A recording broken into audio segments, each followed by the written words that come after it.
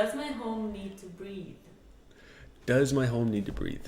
I guess it depends on what you mean by breathe. So no, we do not want our walls to leak if that's what you mean by your home breathing. So my question back to you, if somebody were to ask me that, would be, well, how big of a hole do you want in your wall or your ceiling or floor, wherever it is?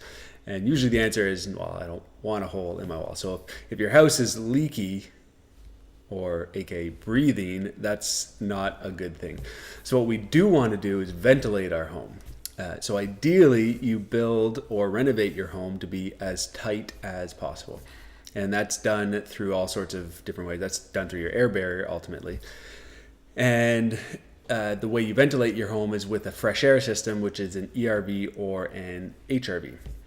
So when you build your home airtight, that's a good thing. You want to make it as tight as possible because that's going to make it more comfortable. It's going to make it healthier, assuming you're ventilating the air. So the big key there would be making sure you ventilate the air, because the tighter you make it, the more important it is to make sure you're getting rid of that stale air.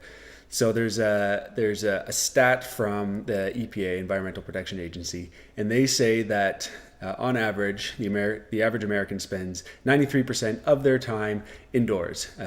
87% of that is within your home, or within buildings, I should say, and 6% of that is in your car, and then the remaining 7% is outside, basically. So I was thinking about that. Actually, my day yesterday, I was basically outside for about 45 minutes. Didn't go anywhere, so it makes a lot of sense, right? And even when I do leave, especially when it's getting colder, I go from my house into my garage, into my truck, drive to wherever my meeting, walk outside maybe a little bit, and then into the next meeting, come back home, same sort of thing, right?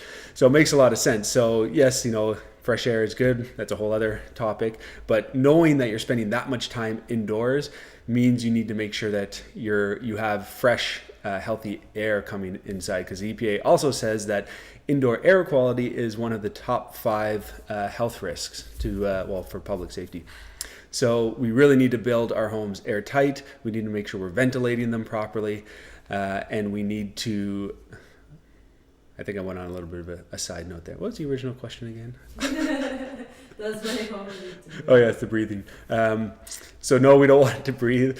Yes, we want to ventilate it, and we can go on a whole other topic. We can probably talk about an hour on this. So no, you don't want a hole in your wall.